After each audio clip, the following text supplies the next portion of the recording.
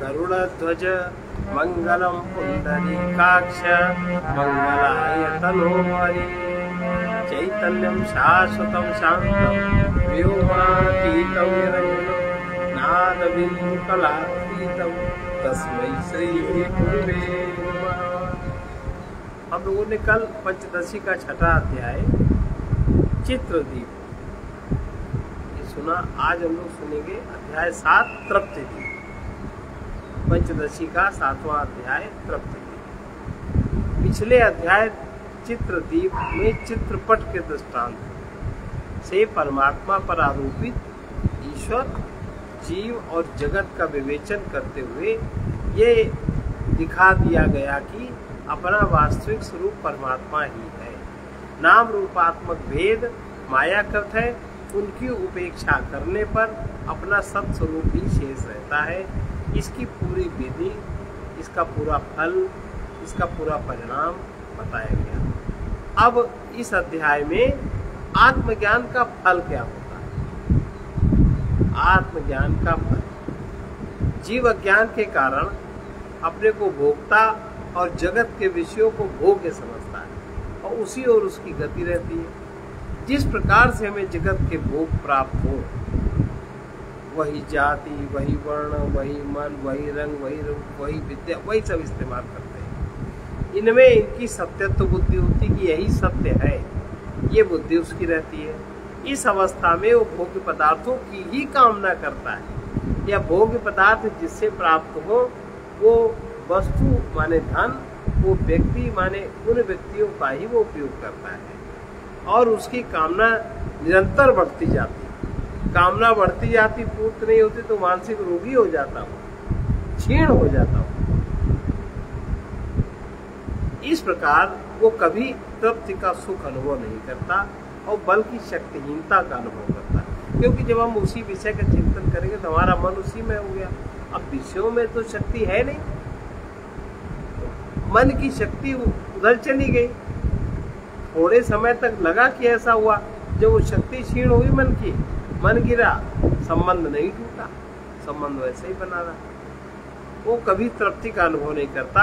विचार पूर्वक जब आत्मज्ञान होता है तब भोक्ता कौन है, ये कौन हमारी दुर्दशा कर रहा है, भोक्ता अहंकार क्या है, कैसा है, इस पर जब विचार करता है और भोग्य पदार्थ जो कि मायाकृत है, माया की रचना है और उपेक्षणीय, इनकी उपेक्षा किए बिना जीवन का सार नहीं मिल सकता। इनकी तो उपेक्षा करनी ही होगी। अतः कामना उत्पन्न होने का अवसर नहीं है। जिस कारण से कामना उत्पन्न है तो उस अज्ञान को समझने की कोशिश करता है, क्योंकि प्रत्येक कामना की उत्पत्ति होती है अज्ञान में और प्रत्येक कामना की पूर्ति होती पुण्य से। अगर आपका पिछला पुण्य है, प्रारब्ध है, तो उसमें आपने जरा सा प्रयत्न किया, वो आपको सिद्ध हो जाता। अगर पुण्य नहीं है तो आपके लाख प्रयत्न भी काम नहीं देते। तो ये इस सिद्धांत को समझकर जब व्यक्ति जीवन में अपने पुण्यों को बढ़ाता है और पापों को घटाता है, जब उसके पाप घटते हैं, पुण्य बढ़ते हैं, तब बिना चाहे ही वो जो चाहता है उसकी कामनाएं सिद्ध होती जाती हैं। और सिद्ध हो गई, अगर वो और पुण्यवान है तो उनसे विरक्त भी हो जाता है, क्योंकि विरक्त भी कोई पुण्य के ही कारण होता है। सात्विक पुण्यों के कारण विरक्ति होती है। सात्विक पुण्य और ज्ञान, इससे विरक्ति होती है और उस विरक्ति से सात्विक पुण्य प्लस ज्ञान, उससे बोध जागृत होता है। क्योंकि आपका जो सात्विक पुण्य माने बहुत ऊंचे स्तर का पुण्य है और उस ऊंचे स्तर का संसार में कोई भोग तो है नहीं, उस पुण्य से कोई भोग आप खरीद सकते नहीं। उस सात्विक स्तर का पुण्य प्लस क्या कहा भी ज्ञान, निरंतर जागृति, उसके कारण से आप में बोध की जागृति हो जाती है। अगर ये चीज नहीं है तो लगे रहो और ऊपर से छल छद्म में लोग पड़ जाते हैं, निंदा स्तुति में पड़ जाते हैं। तो ये जो कामना उत्पन्न होने का अवसर जब नहीं रहता, कामना का अभाव, कामना से कामना की पूर्ति पुण्य प्रयत्न से, कामना की उत्पत्ति अज्ञान में, पूर्ति पुण्य और प्रयत्न से, और उसकी निवृत्ति ज्ञान में। तो जब कामना की निवृत्ति ज्ञान में होती, अज्ञान की निवृत्ति आपको पुनः कामना उत्पन्न करती, क्योंकि बीज अंदर अंदर आपका फैल गया, तो कई जगह अंकुर निकल आएंगे। अगर आप कामना को दबाते हैं तो उसके अंकुर कई जगह फूटेंगे, आप समझ नहीं पाओगे। आपका तन बीमार, आपका मन बीमार, आपकी बुद्धि बीमार, सब बीमार हो जाएगा। इसलिए ज्ञान में ही इसकी निवृत्ति ठीक से हो पाती है। और ज्ञान में कब निवृत्ति होती है? उधर आत्मबोध की जागृति हुई, इधर कामना की छेड़छाड़। जब सारी शक्ति आपके उस विचार में लग जाती है, विवेक में लग जाती, तब वो बोध जागृत होता। आसान नहीं है। ऐसे लोग ऐसे सुन ले, शब्द पढ़ लें, समझ लें ना, सुन के खोपड़ी लाना बहुत आसान है, लेकिन आसान नहीं है। इसके लिए सात्विक पुण्य चाहिए, और पुण्य करना नहीं चाहते। तो ये चीज, इतने आत्मज्ञान के ओर कितने लोग बढ़ पाते हैं? कोई नहीं बढ़ पाता। पढ़े वर्तमान समय में कोई है सामाजिक स्तर पर जो ऐसा कोई, भाई ये व्यक्ति कोई छुपते तो है नहीं, हमें तो नहीं कोई आता समझ में। सब वही माया कृत अहंकार साधे, माया कृत अहंकार, अहंकार साधे, अहंकार सदा है ऐसा नहीं है। माया कृत अहंकार तुम साधो तो सदे, बल्कि अहंकार तुमका साधे, उल्टी स्थिति है। तो ये अतः कामना उत्पन्न होने का जब अवसर नहीं रहता, कामना का अभाव तृप्ति है, क्योंकि आत्मा स्वयं आनंद स्वरूप है। आत्मज्ञानी व्यक्ति आत्मा के आनंद में ही रमण करता है। अब आत्मा, आप लोग को इतनी बड़ी चीज न समझिए, आत्मा माने सारा जगत, सारा विश्व आत्मा में है। तो उस आत्मज्ञानी का रमण हर जगह रहता है। अब वो विशेषता किस जगह होती है? जिस जगह उसका संकल्प स्थिर होता है, उसका संकल्प स्थिर होता है। तो कोई इतनी बड़ी चीज नहीं है, वो सर्वत्र उसका रमण रहता है, उसी में संतुष्ट अब रहेगा ही। अभी तो हम लोग दिल्ली जाना है तो हम लोग जाएंगे ट्रेन से या बस से या हवाई जहाज से। पैसा चाहिए, टिकट चाहिए, साधन चाहिए, सब चाहिए, उसमें तो कुछ नहीं चाहिए, उसमें तो कुछ भी नहीं चाहिए। तो रमण सब जगह करेगा, उसी में संतुष्ट और तृप्त रहता है। अर्थात उसकी चतुर्दिक भ्रमण आदि की इच्छा भी समाप्त हो जाती है। घूमना फिरना ये सब काय को घूमेगा फिर? इसलिए गीता के 3 अध्याय के 17वें श्लोक में आत्म तृप्ति को प्रकाशित करना ही, आत्म तृप्ति को प्रकाशित करना ही इस अध्याय का प्रतिपाद्य विषय है। आत्म तृप्ति कैसे होती है उसका प्रतिपादन इस अध्याय में है। इसका पहला श्लोक श्रुति वचन, वेद वचन, वेद का मंत्र है। उसमें श्रुति आत्मज्ञानी की तृप्ति का कारण बताती है। आत्मज्ञानी क्यों तृप्त होता है? अब कहते हो कोई बड़ा आत्मज्ञानी है, ज्ञानी है, उसका पतन हो गया, कैसे होएगा? उसे जब उससे बड़ा कोई रस दिखेगा तब तो पतित होएगा, और उससे बड़ा रस कुछ है नहीं दुनिया में। अगर वो सचमुच है, उससे बड़ी कोई चीज है नहीं, तो कैसे होगा? नहीं हो सकता। इसलिए पहला ये वेद मंत्र है, आत्मज्ञानी की तृप्ति का हेतु बताती है। श्री विद्यारण्य स्वामी जी इसी श्लोक की व्याख्या पूरे अध्याय में करेंगे। ये श्लोक इस प्रकार है। आत्मानं चेत् विजानीयात्, आत्मानं चेत् विजानीयात्, अयम् अस्मीति पुरुषः, अयम् अस्मीति पुरुषः, किमिच्छन् कस्य कामाय, किमिच्छन् कस्य कामाय, शरीरम् अनुसञ्ज्वरेत्, शरीरम् अनुसञ्जरेत्। आत्मानं चेत् विजानीयात्, आत्मानं चेत् विजानीयात्, अयम् अस्मीति पुरुषः, अयम् अस्मीति पुरुषः, किमिच्छन् कस्य कामाय, किमिच्छन् कस्य कामाय, शरीरम् अनुसञ्ज्वरेत्, शरीरम् अनुसञ्जरेत्। यदि पुरुष ऐसा जान लेता कि ये आत्मा में, मैं अहंकार जीव नहीं हूँ, आत्मा मैं ही हूँ, तो वो फिर किसकी कामना के लिए, किस वस्तु की इच्छा रखकर शरीर को पीड़ित करेगा। शरीर माने यही शरीर नहीं है, शरीर माने कारण शरीर, स्थूल सूक्ष्म शरीर, स्थूल शरीर, शरीर माने कुछ भी, जो भी हमारे प्राकृतिक अंग है, जो भी हमारे प्राकृतिक साधन है, जो हमको मिले हैं आनंद के लिए, सुख के लिए, हम उनके द्वारा आनंदित ना होकर के पीड़ित तो होते हैं। कहीं पहले पीड़ित हुए, कहीं बाद पीड़ित हुए, बात तो वही है। कहीं मार खा के पीड़ित हो, कहीं मार के पीड़ित हो, शक्ति का व्यय दोनों में ही है।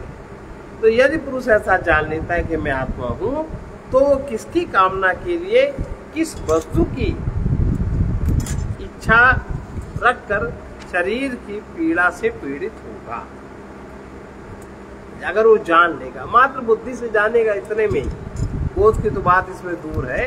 अगर वो जान लेगा और उसके जानने में उसकी दृढ़निष्ठा, अच्छा बताओ, सारे विषयों का ज्ञान अभी तक पढ़ने लिखने में जो बुद्धि इसमें तो धारण किए है प्राणी, उससे ही सारा व्यापार जगत का व्यवहार चलता है।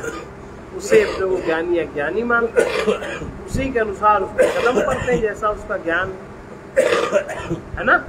तो मात्र बुद्धि से जब वो जान लेगा कि वो आत्मा वही है, तो किस कामना के लिए, किस कामना की पूर्ति के लिए, किस वस्तु की चाह रखकर अपने शरीर को पीड़ित करेगा।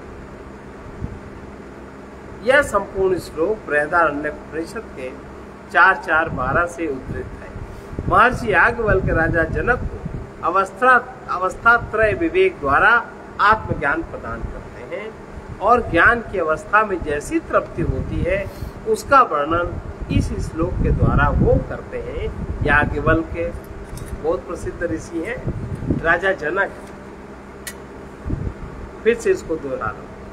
आत्मानं चेत् विजानीयात्, आत्मानं चेत् विजानीयात्, अयम् अस्मीति पुरुषः, अयम् अस्मीति पुरुषः, किमिच्छन् कस्य कामाय, किमिच्छन् कस्य कामाय, शरीरम् अनुसंजरेत्, शरीरम् अनुसंजरेत्। यदि पुरुष ऐसा जान लेता है कि आत्मा मैं हूँ, तो किसकी कामना के लिए, किस वस्तु की इच्छा रखकर शरीर को पीड़ित, शरीर की पीड़ा से पीड़ित होगा।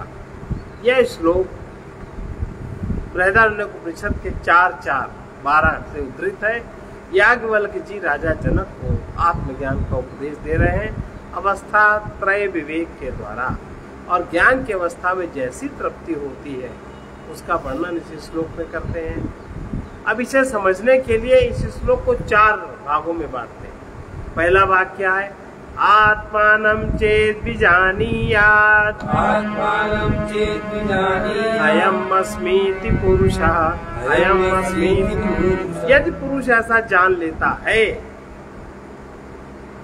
कि आत्मा मैं हूँ, जो मैं आत्मा हूँ, ऐसा नहीं है। आत्मा मैं हूँ, क्योंकि मैं माने अहंकार। जो अहंकार अपने को मैं करता है वो आत्मा है। हम लोग क्या कहते हैं? मैं आत्मा, क्योंकि हम लोग को ज्ञान तो है नहीं, तो हर चीज उल्टी। जबकि असली वाक्य है आत्मा मैं, हम लोग कहते हैं मैं आत्मा, मतलब अहंकार को आत्मा मानते हैं, और असली बात है आत्मा मैं। समझ गए? जैसे ईश्वर में जगत है कि जगत में ईश्वर? जगत पहले थोड़ी है, पहले ईश्वर है फिर जगत है। ऐसे आत्मा पहले है फिर मैं है। मैं अहंकार तो नंबर 2 पे उत्पन्न हुआ है ना, तो आत्मा मैं हूं। कि जब पुरुष ऐसा जान लेता है कि यह आत्मा मैं हूं, किम इच्छन, किस वस्तु की इच्छा से, कौन सी वस्तु की इच्छा से, कस्य काम आए, किस भोक्ता की कामना के लिए। कौन भोक्ता है इसका? हम वस्तु प्राप्त करें, हम सब प्राप्त करें, इसको भोगेगा कौन? किस भोक्ता के लिए? और शरीरम अनुसंजरेत, शरीर के ज्वर पीड़ा से जरित होगा।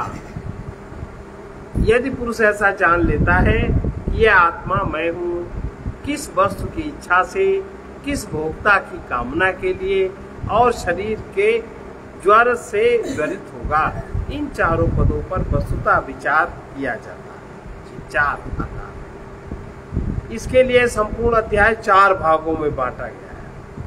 इस अध्याय में 4 भाग बांटे गए, यही बात समझाई गई और यथा स्थान इसका संकेत किया जाता है। अगले श्लोक में इसकी प्रतिज्ञा करते हैं कि हम अपने मस्तिष्क को इधर उधर नहीं भटकाएंगे, इसी पे केंद्रित रखेंगे। अस्यासुतेरभिप्रायः सम्यगत्र विचार्यते सम्यगत्र विचार्यते जीवन मुक्तस्य या तृप्तिः सातेन विशदायते अस्याः सुतेरभिप्रायः सम्यगत्र विचार्यते जीवन मुक्तस्य या तृप्तिः सातेन विशदायते। इस श्रुति के अभिप्राय पर यहाँ सम्यक प्रकार से विचार किया जाता है। सम्यक प्रकार से विचार करना नहीं आता, यथा योग्य विचार जो है ठीक उसी का विचार। इससे जीवन मुक्त पुरुष की तृप्ति इस प्रकार से विचार किया जाता, सम्यक प्रकार से, इससे जीवन मुक्त पुरुष की तृप्ति भली भांति जानने में आती है। जीवन मुक्त है ये जानने में आ जाता है कि फला व्यक्ति जीवन मुक्त है और उसकी तृप्ति भी है, ये हम जान पाते हैं सम्यक विचार के द्वारा। अगर हम इस पर सम्यक विचार नहीं करते, हम जीवन मुक्त को नहीं पहचान सकते। मान लीजिए, सपोज करें कोई जीवन मुक्त पुरुष है, कोई ज्ञानी व्यक्ति है, आपके परिवार से संबंधित है। भ्रम कहाँ होता है? आपके परिवार से, घर से संबंधित है और उसको दिखाई पड़ रहा है कि आपके जो इस समय जीवन में असुविधा है या किसी बात की कमी है, वो इस वजह से है। वो सम्यक प्रकार से जान गया। तो वो जान गया तो उसने आपको प्रेरणा दी कि भाई देखो, इस तरह का पुण्य, ये पुण्य करो। तो उसमें दान करोगे, किसको करें? कोई नहीं मिला तो कहता लाओ हम ही को करो। क्योंकि जब तुम उससे जुड़ोगे किसी भी चीज के द्वारा, तब वो सोचेगा कि तुमने हमको ये चीज दी, हम इसके बदले इसको क्या करें। तो उसका अपना स्तर है, आपका स्तर तो पदार्थ का है और जो उसका स्तर है, उसका स्तर दूसरा है। तो उसकी निगाह आपकी ओर अपने आप खींचेगी और जब खींचेगी तो क्षतिपूर्ति आपकी तुरंत हो जाएगी। अब आपको क्या लगता है, अरे हमें नहीं पता था इतने लालची है, हमें नहीं पता था इनको चाहिए इतना धन, ये क्या करेंगे। अब तुम उसके आसपास ताक झांक करना शुरू कर दोगे। कहीं उन्होंने अपने घर में तो नहीं दे दिया, कहीं पड़ोस में तो नहीं दे दिया, कहीं फलानी जगह तो नहीं दे दिया। अब तुम 4 जगह प्रचार करने लगे। तुम्हारा अभी सम्यक विचार नहीं, अब तुम उस जीवन मुक्त को नहीं पहचान सकते, है ना। कुछ तो होगा ना। अब तुमने उसको जो बाह्य क्रिया देखी, बाह्य क्रिया देख के उसके पीछे लग गए, तुम्हारा अपना लक्ष्य गया भूल। अब तुम और पाप के भागी बन गए।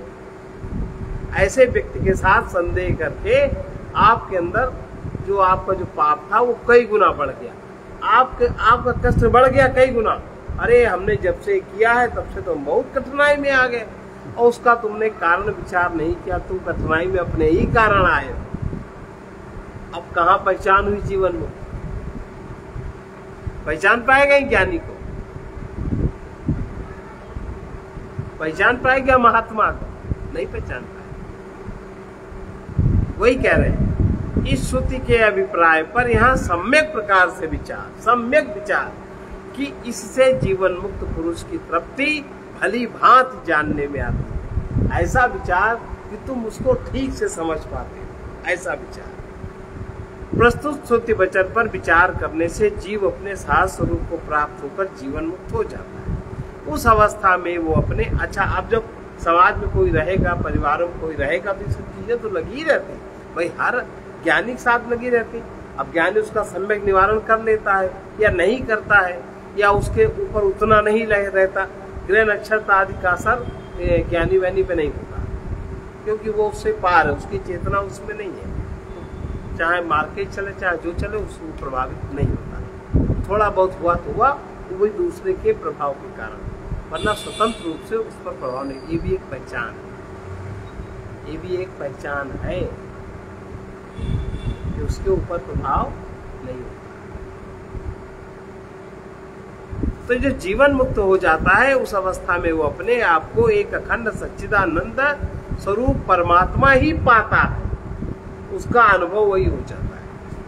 उसे जीव और जगत का द्वैत मायाकृत मिथ्या दिखाई देता है, अतः वो समस्त कामनाओं से उपराम होकर परम तृप्ति का अनुभव करता है। इस अध्याय के अंतिम श्लोक में आचार्य इस तृप्ति को ब्रह्मानंद की संज्ञा देते, यही ब्रह्मानंद है। ब्रह्मानंद में निमग्न पुरुष निरंतर तृप्त रहता है, उसके लिए यह आनंदमय तृप्ति स्वाभाविक है। अतः इस शुद्ध वचन पर सावधान होकर सम्यक विचार करना चाहिए। सबसे पहले हम इस श्लोक के प्रथम पाद पर विचार करें, जिसमें तृप्ति हेतु आत्मज्ञान की शर्त रखी गई। शर्त क्या है? आत्मज्ञान। आत्मज्ञान शर्त रखी है। आत्मज्ञान की भी अनेक अवस्थाएं। एक अवस्था वो होती है जिसमें पुरुष अपने आत्म स्वरूप का साक्षात अपरोक्ष अनुभव करता है। उस अवस्था में पहुंचकर ही निरंकुश तृप्ति उसे अनुभव में आती है। उस अवस्था में पहुंच। अब जैसे उदाहरण, इस बात का एक उदाहरण और, एक कन्हैया जी रोज रोज लड़के देख रहे हैं, जब हमसे पूछने आते तो हम बता देते ऐसा, कभी नहीं बताते, चिढ़ गए, इनके घर वाले चिढ़ गए, उनसे तो अब पूछना बेकार है, ऐसा ऐसा किया तो ऐसा ऐसा हो गया, वो तो कुछ न कुछ उसमें कमी निकाल देती। तुमने हमसे पूछा कि क्या ठीक है, तो हमने बता दिया कि ये ठीक नहीं है, ये ठीक है। अब आपको लगता है कि हम आपके अनुसार बताएं तो हम नहीं बताएंगे, या तो हम आपका हित न देखें। भाई कल को परेशान होगे, आज अभी एक बार दौड़ो, छोड़ दो। इस तरह की अज्ञान की दशा में, अश्रद्धा की दशा में बहुत सारे टेंशन क्रिएट हो जाते ऐसे व्यक्तियों के साथ। या तो आप श्रद्धा पूर्वक स्वीकार करो तो आनंद है। अगर श्रद्धा पूर्वक स्वीकार नहीं किया, जरा सा अगर किसी का प्रभाव अपने ऊपर होने दिया तो बहुत टेंशन। फलाना ये कह रहा था, ठिकाना ये कह रहा था, फलाना वो कह रहा था। सब समाज है, अनेक प्रकार की अविद्या, अनेक प्रकार की बातें। इस अवस्था में पहुंचकर इसका जो पहला सूत्र है उसकी व्याख्या करते हैं। आत्मानं चेत विजानीयात्। आत्मज्ञान को समझने के लिए सबसे पहले हमें अपने जीव भाव को समझना चाहिए, जो हमारा वास्तविक स्वरूप नहीं है। और जीव भाव को जानने के लिए ईश्वर, जीव और जगत का मायाकृत त्रैत भी समझना चाहिए। ईश्वर क्या है, जीव क्या है, जगत क्या, तीन चीजें, इसको त्रैत कहते हैं। इसलिए अगले श्लोक में इसी का वर्णन है। क्या? माया भासेन जीवेशौ करोतीति सुतत्वतः कल्पितावेव जीवेशौ ताभ्यां सर्वं प्रकल्पितम्। श्रुति कहती है कि माया अपने आभास से, माया का जो आभास, रिफ्लेक्शन से ईश्वर और जीव की रचना कर लेती। इसलिए ईश्वर और जीव दोनों ही कल्पित है। इन दोनों के द्वारा समस्त जगत की कल्पना हो गई। प्रथम अध्याय के 15, 16, 17 श्लोकों में बताया गया है कि परमात्मा की एक अनिर्वचनीय शक्ति माया, अनिर्वचनीय, जिसको कोई वाणी से नहीं कह सकता। इसे प्रकृति भी कहते हैं। ये दो प्रकार की है, एक तो शुद्ध सत्व प्रधान और दूसरी मलिन सत्व प्रधान। शुद्ध सत्व प्रधान जो प्रकृति है उसका नाम है माया, और जो मलिन सत्व प्रधान है उसका नाम है अविद्या। क्या क्या समझे? शुद्ध सत्व उसका नाम है माया, जिसमें कि शुद्ध सत्व प्रधान माया, जिसमें प्रतिबिंबित चैतन्य, इसकी परिभाषा बहुत ध्यान से स्मरण रखना।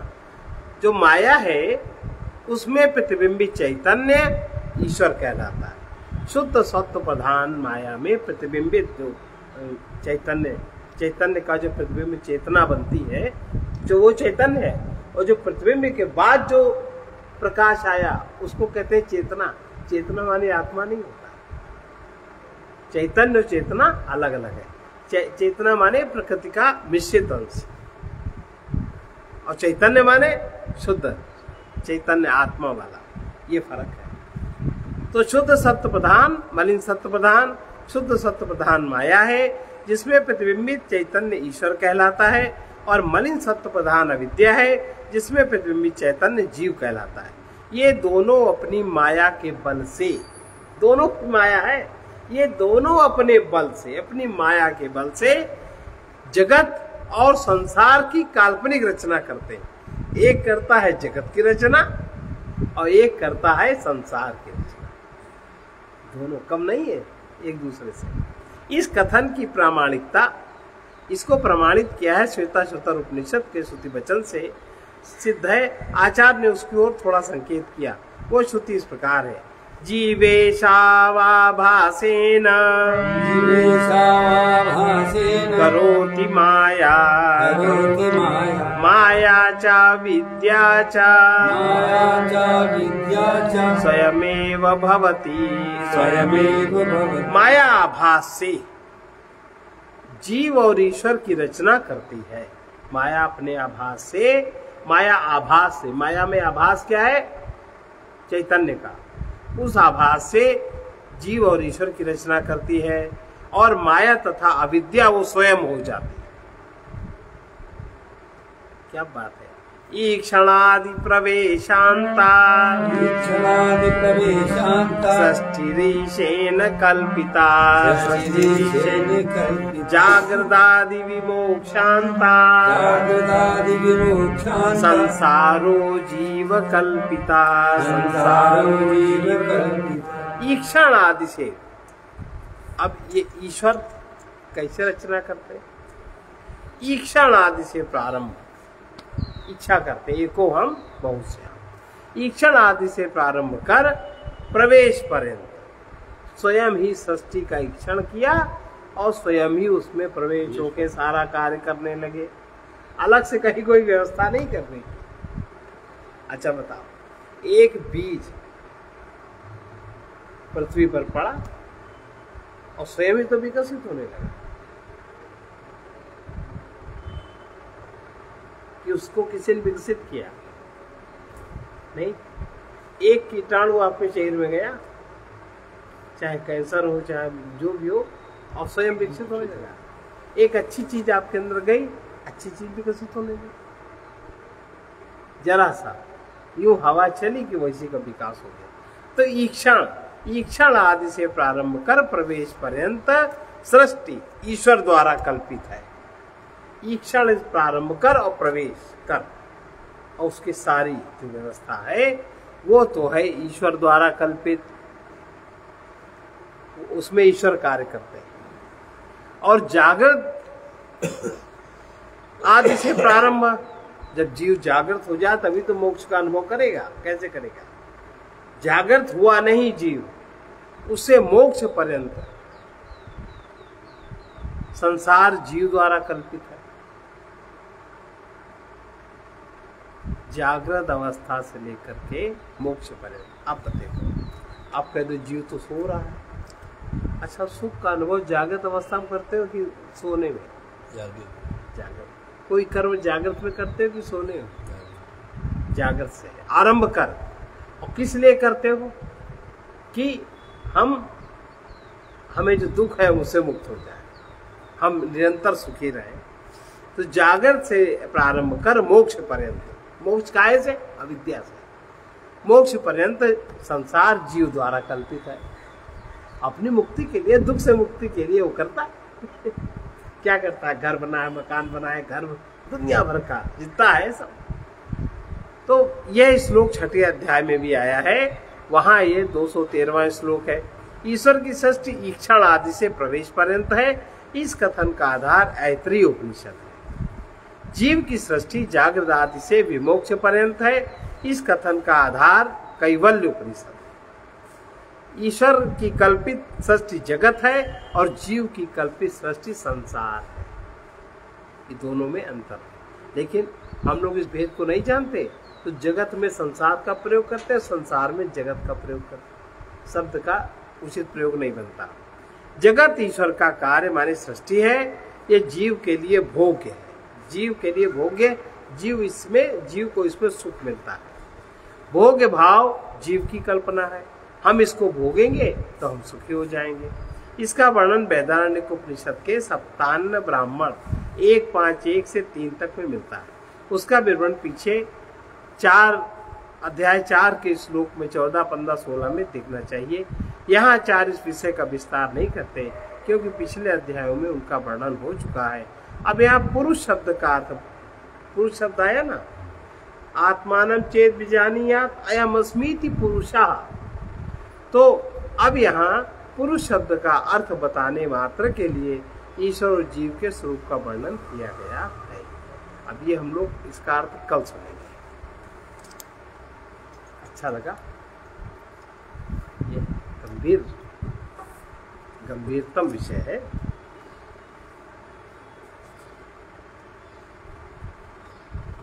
चलो महाराज जी का वही वाला गीत दोहरा लो।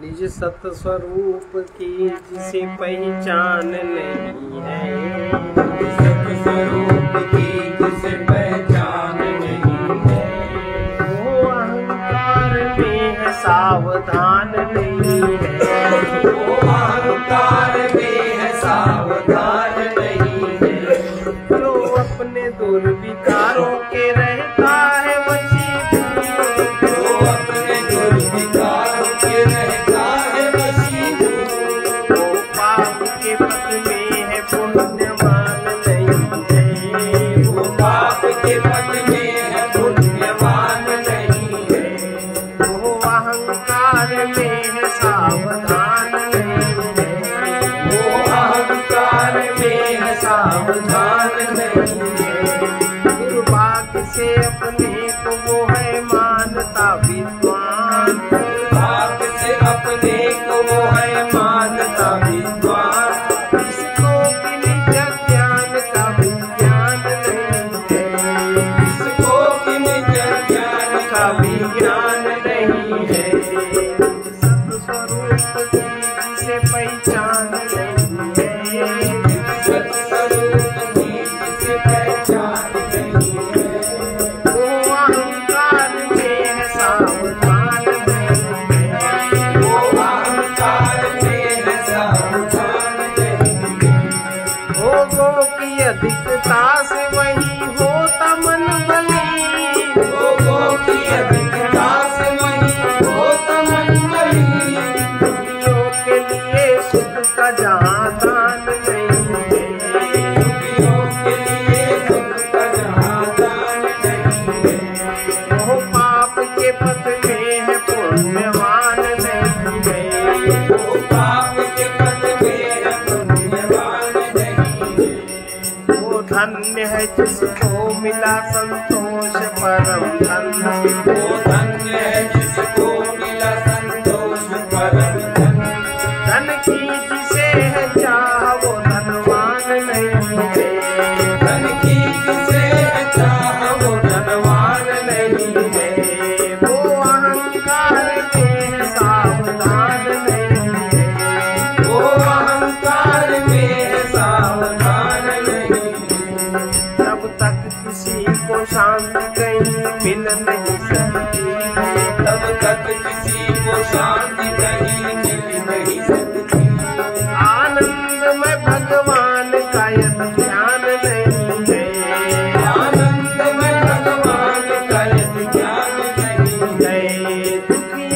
के लिए सुख का जहाँ दान नहीं है, दुखियों के लिए सुख का जहाँ दान नहीं है।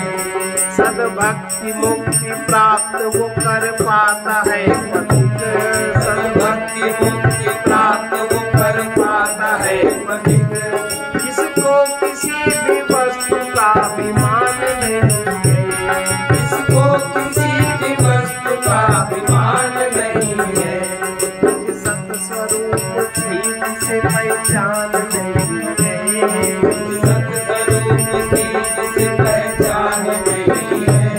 वो अहंकार में सावधान नहीं है, वो अहंकार में सावधान नहीं है।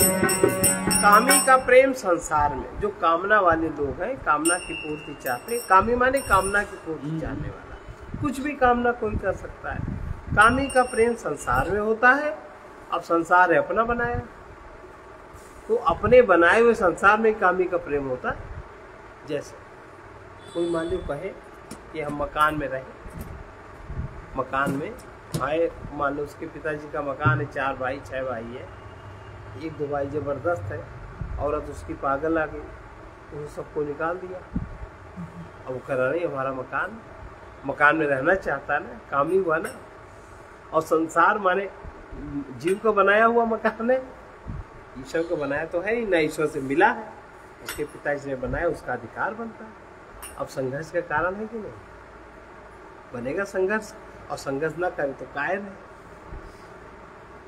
तो अभी इसलिए कामी का प्रेम संसार हो, संसार माने अपने बनाए हुए। भक्त का प्रेम भगवान में होता है, ज्ञानी का प्रेम वैराग्य में होता है। शुद्ध चेतना ही मेरा स्वरूप है, मैं वही हूँ जो सब कुछ देख रहा है। सर्वे भवन्तु सुखिनः, सर्वे सन्तु निरामयाः, सर्वे भद्राणि पश्यन्तु, मा कश्चित् दुःखभाग् भवेत्। कृष्णाय वासुदेवाय हरे परमात्मने प्रणतक्लेशनाशाय गोविन्दाय नमो नमः। उग्रवीर महाविष्णु ज्वलन्तं सर्वतोमुखं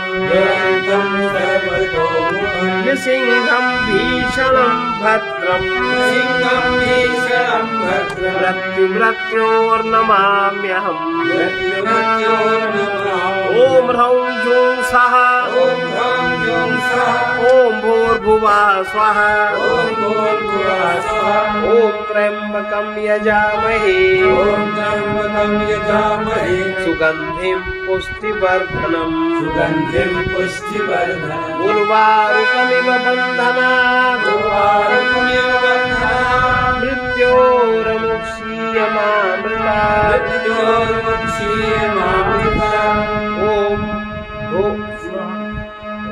ॐ ह्रौं जूं सः ॐ भूर्भुवः स्वः ॐ त्र्यम्बकं यजामहे सुगन्धिं पुष्टिवर्धनम् उर्वारुकमिव बन्धनात् मृत्योर्मुक्षीयमामृतात्। ॐ स्वः भुवः भूः ॐ सः जूं असतो मा सद्गमय तमसो मा ज्योतिर्गमय मृत्योर्मामृतं गमय। ॐ पूर्णमदः पूर्णमिदं पूर्णात् पूर्णमुदच्यते पूर्णस्य पूर्णमादाय पूर्णमेवावशिष्यते। ॐ शान्ति शान्ति शान्ति।